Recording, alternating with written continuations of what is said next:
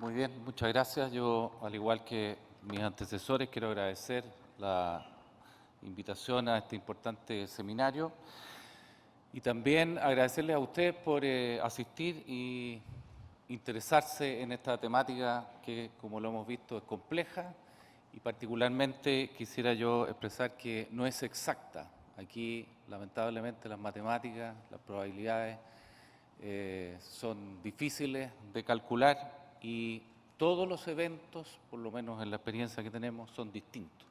Aquí no hay, a veces un tsunami se produce, a veces no se produce con grandes conciertos de la gente, a veces se evacúa y no hay destrucción, pero es realmente un desafío lograr aproximar a lo que puede realmente ocurrir después de un evento de magnitud considerable. La otra, por favor. Bueno, lo que voy a exponer yo es la parte operativa.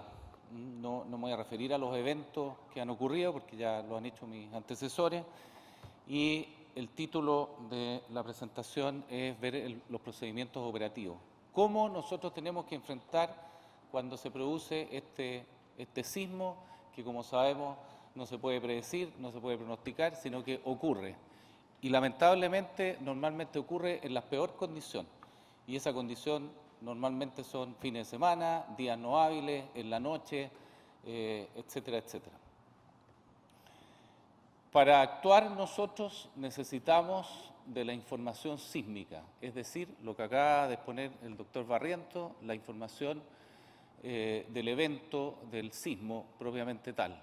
La magnitud, cuánto fue, el epicentro, dónde fue y la profundidad, que son, dentro de muchos parámetros, lo fundamental para, entre otras cosas, caracterizar el sismo y determinar si hay o no la probabilidad de ocurrencia de un tsunami. El CHOA no es, obviamente, el servicio sismológico y para eso nosotros nos nutrimos de esta información que, como ya lo vimos, tiene un tiempo desde que ocurre el sismo. Desde que empieza a temblar, nosotros sabemos que están generándose ondas y hay un tiempo hasta que se puede determinar esos parámetros. Por lo tanto, las cosas no ocurren como nosotros quisiéramos en forma instantánea. Para determinar si hay o no la probabilidad de ocurrencia de un tsunami, que es lo que nosotros tenemos que hacer en esta etapa, necesitamos de la información de distintos centros sismológicos. ¿Y por qué no usamos uno? Porque cada uno tiene distintos modelos, distintas formas, distintos instrumentos, distintos software para determinar ese sismo. Una de las cosas que uno normalmente ve, escucha en la prensa es el centro sismológico A se equivocó porque el centro sismológico B dice tal o cual magnitud. Aquí yo lo primero que diría es que ningún centro sismológico se equivoca, son ondas que viajan y que tienen que procesarse, que tienen que ser captadas por los sensores, por lo tanto, en la medida que pasa el tiempo, se va afinando el epicentro, se va afinando la magnitud y se va afinando la profundidad. Tenemos centros como el de Estados Unidos, que es muy conocido, el United States Geological Center o Survey, nuestro Centro Sismológico Nacional, por supuesto, usamos también a Alemania, usamos el Centro de Sismos de Alaska, usamos el famoso Pacific Tsunami Warning Center. ¿Y qué usamos? La peor condición y la más rápida, porque nosotros no podemos esperar que un centro de estos en 20 minutos caracterice perfectamente y me diga a mí hay un sismo que es un 8.1, 1458, etc. Eso lo pueden hacer a los 20 minutos. Nosotros en las costas nuestras en 15 a 20 minutos tenemos la ola encima. Yo no saco nada con tener un 8.11544, yo prefiero que me digan es un 8 o un sobre 8 o un 7.9 y tengo que actuar porque tengo que dar la alerta en muy poco tiempo. Así que siempre nosotros ocupamos distintas fuentes y nos quedamos con la peor y con la más rápida, porque tenemos que evacuar y tenemos que salvar vidas. No nos interesa, lamentablemente, la precisión. La precisión después para los estudios está muy bien, pero para tomar una decisión en pocos minutos necesitamos la información lo más precisa, pero lo más rápida. Y posteriormente nuestra función es determinar si hay o no la probabilidad de ocurrencia de un tsunami. y eso que parece tan elemental y fácil, tenemos que hacerlo en 5 minutos desde que recibimos la información de uno de estos centros y tomamos la determinación con cuál nos quedamos.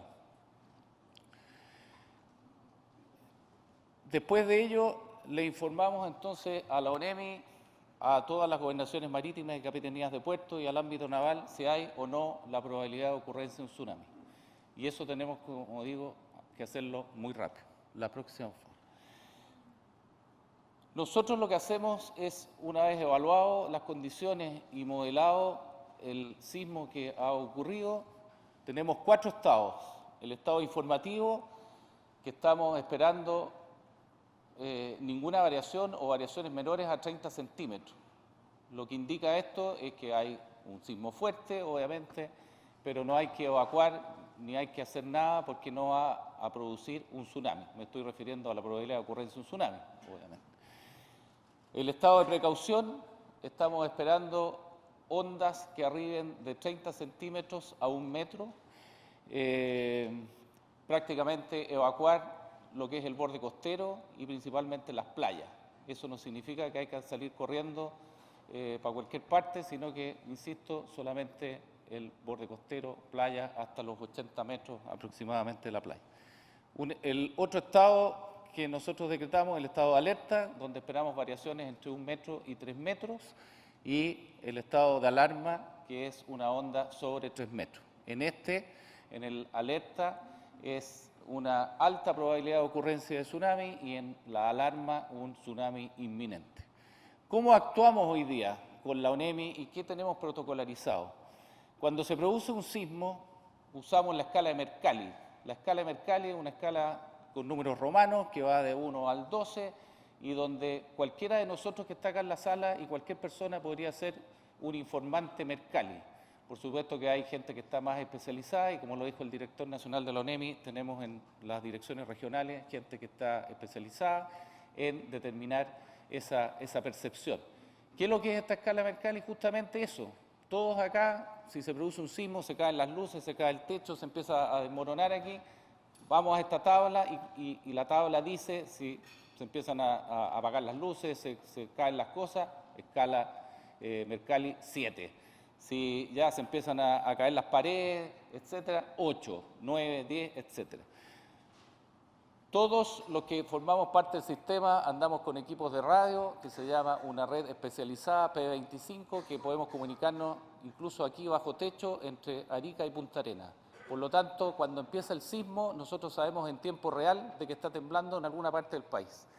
Y las personas que tienen estos equipos, que son la gente de la ONEMI, reporta rápidamente qué es lo que está sintiendo. Entonces dice, cuarta región, Mercalli 4, quinta región, Mercalli 5, etcétera, etcétera. Y uno rápidamente entonces sabe dónde se sintió más fuerte. Cuando hay 2 o más percepciones sobre 7 en el borde costero, la ONEMI, sin esperar a nadie, decreta evacuación preventiva. ¿Por qué? Porque necesitamos salvar vidas, necesitamos evacuar e iniciar el proceso de evacuación del borde costero, porque sabemos que con 2 o más percepciones sobre 7, el sismo va a ser de magnitud considerable. Posteriormente, y como ya lo explicó el doctor Barriento, llega las ondas a los sismógrafos, se produce el procesamiento de la información y el centro sismológico entrega una información preliminar. ¿Y qué es lo que nos entrega? Ya una información objetiva, porque esta es una información subjetiva. Todos los que estamos acá podemos decir alguna intensidad Mercalli, algunos dirán 7, otros 6, etc. Pero esto ya es objetivo, es medido por un instrumento y nos entrega la magnitud, la profundidad y el epicentro. Esta magnitud ya no es escala Richter y ya ahí tenemos el 7,2, el 7,4, el 8,5, porque esta escala, como dije, es la escala Mercalli, números romanos, sin coma, 7, 6, 5, 4. Una vez que nosotros tenemos esta información, es decir, tenemos estructurado el sismo donde fue con mucha mayor precisión, de aquí a acá tenemos 5 minutos para decretar uno de estos estados. Y hoy día hemos cambiado después de mucho esfuerzo, porque antes, como ustedes se recordarán, se evacuaba todo el país para el sismo de Coquimbo, para el sismo de Iquique, se evacuó el país completo. Hoy día podemos evacuar sectorizado porque hemos modelado eventos, tenemos más de 7.000 eventos modelados para poder determinar rápidamente qué va a producirse o qué podría producirse ante uno de estos eventos. La próxima, por favor. Por ello, nosotros cuando se produce un sismo, entonces mandamos un boletín que puede ser informativo, que básicamente este boletín además se publica en la página web y dice las características del sismo no reúnen las condiciones para generar un tsunami, es decir, fue un sismo fuerte, se dice dónde fue, las características, etcétera, pero no hay que tomar ninguna acción.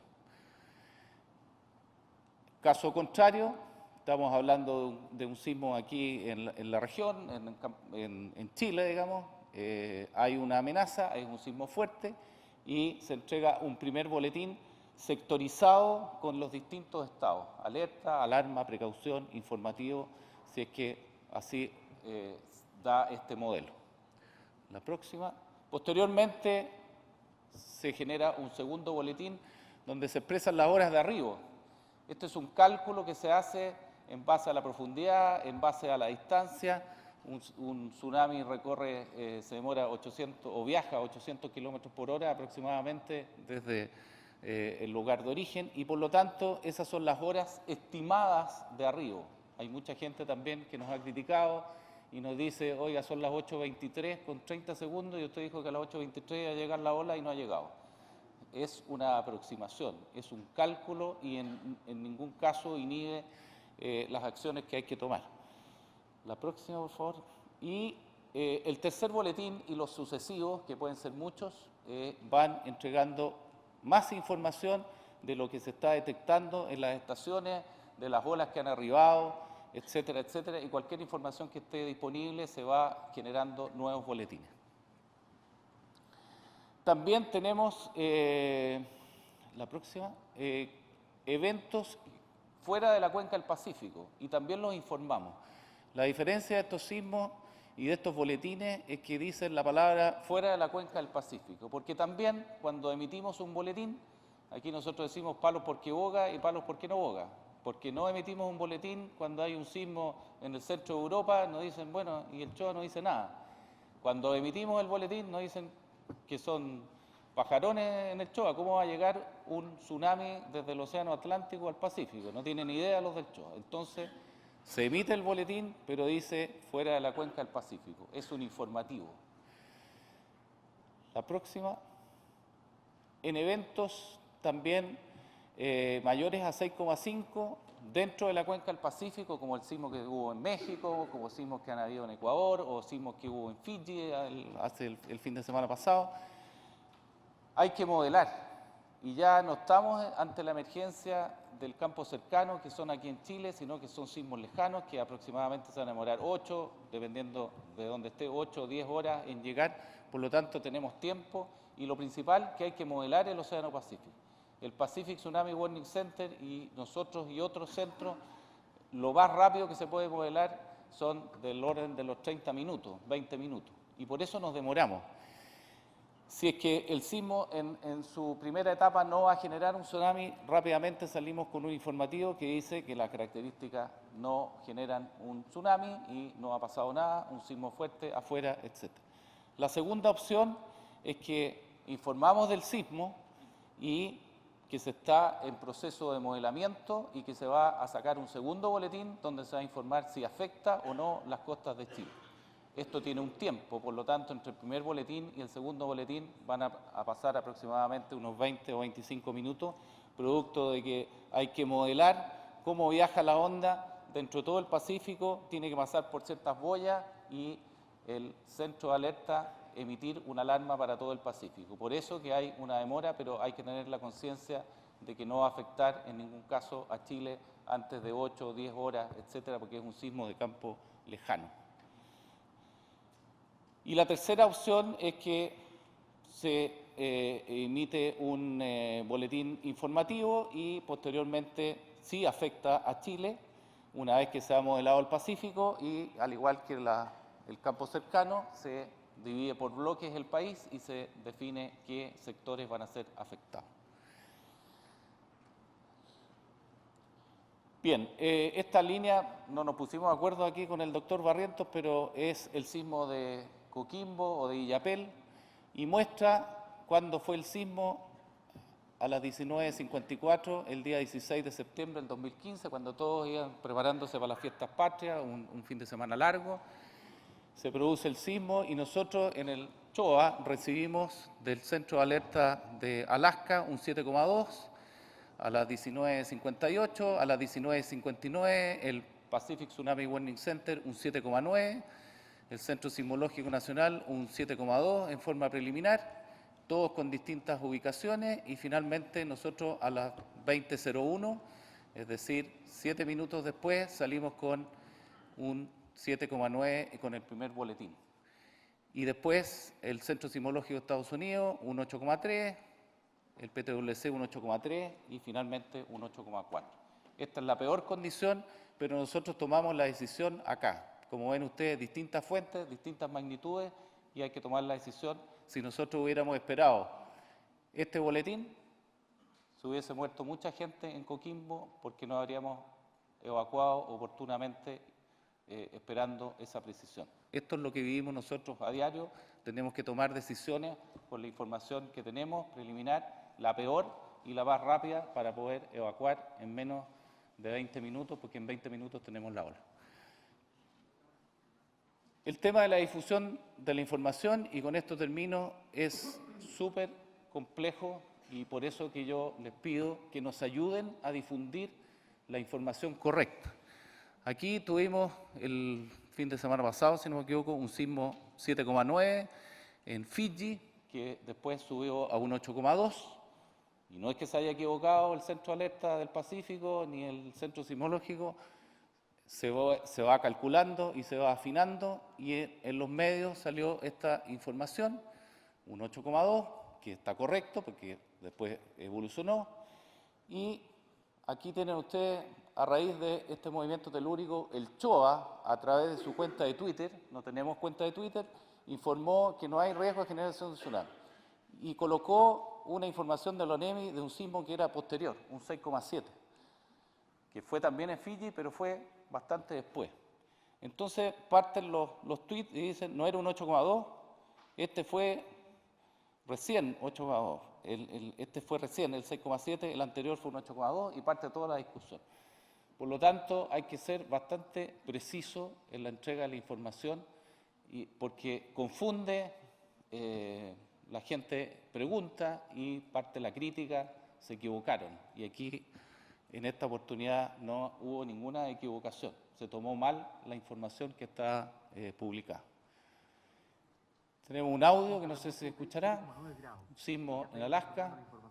Se registró a las 6:31 de este martes a la hora de Chile, a 317 kilómetros al suroeste de la isla Kodiak, en Alaska, reportó el Servicio Geológico de los Estados Unidos. La situación fue analizada por el CHOA por largo rato, Había preocupación igual. Una gran espera, porque ya han pasado las 7:04, 7:20 de la mañana, y aún el CHOA no ha entregado la información que tenía que reportar. Aún el CHOA no tenía la información que tenía que reportar. Nosotros habíamos dicho que había un sismo 8,2 en Alaska, habían pasado menos de 30 minutos porque se estaba modelando todo el Pacífico. El propio Estados Unidos no sabía qué pasaba, pero nosotros éramos fuertemente criticados y castigados por los medios cuando ese sismo, de llegar a Chile, se iba a demorar más de 20 horas. Y por lo demás, nosotros a los 20 minutos salimos con la información, y además alertamos y respaldamos a Estados Unidos, que tuvo una falla. Ayer hubo un sismo en Nueva Caledonia, donde el PTWC salió con un boletín 7.0 y dijo que no había tsunami y que no había que tomar ninguna acción. Si ustedes revisan la página del PTWC, posteriormente hay 6 boletines, donde cambia de magnitud a 6,6, a 7,1, y finalmente se genera un tsunami, y cambia de que no pasaba nada a la generación de un tsunami que finalmente fue 30 centímetros y no pasó absolutamente nada. No he visto ninguna crítica al PTWC, que se equivocó, que lo hizo mal, que primero dijo que no había tsunami y que después sacó 6 boletines y que cambió la magnitud de 6,6, de 7 a 7,1.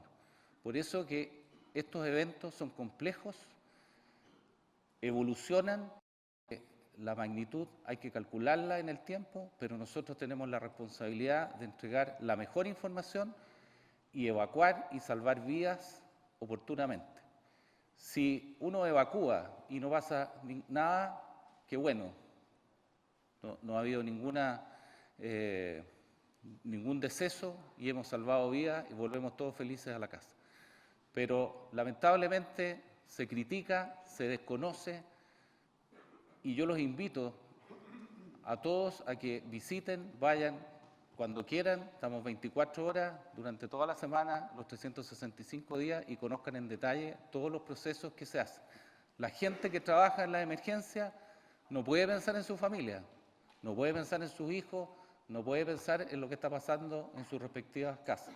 Tiene que actuar en 5 minutos y determinar qué es lo que hay que hacer para salvar vidas. Y son ustedes, los medios, los que ojalá nos ayuden a difundir en la mejor forma esa información. Muchas gracias.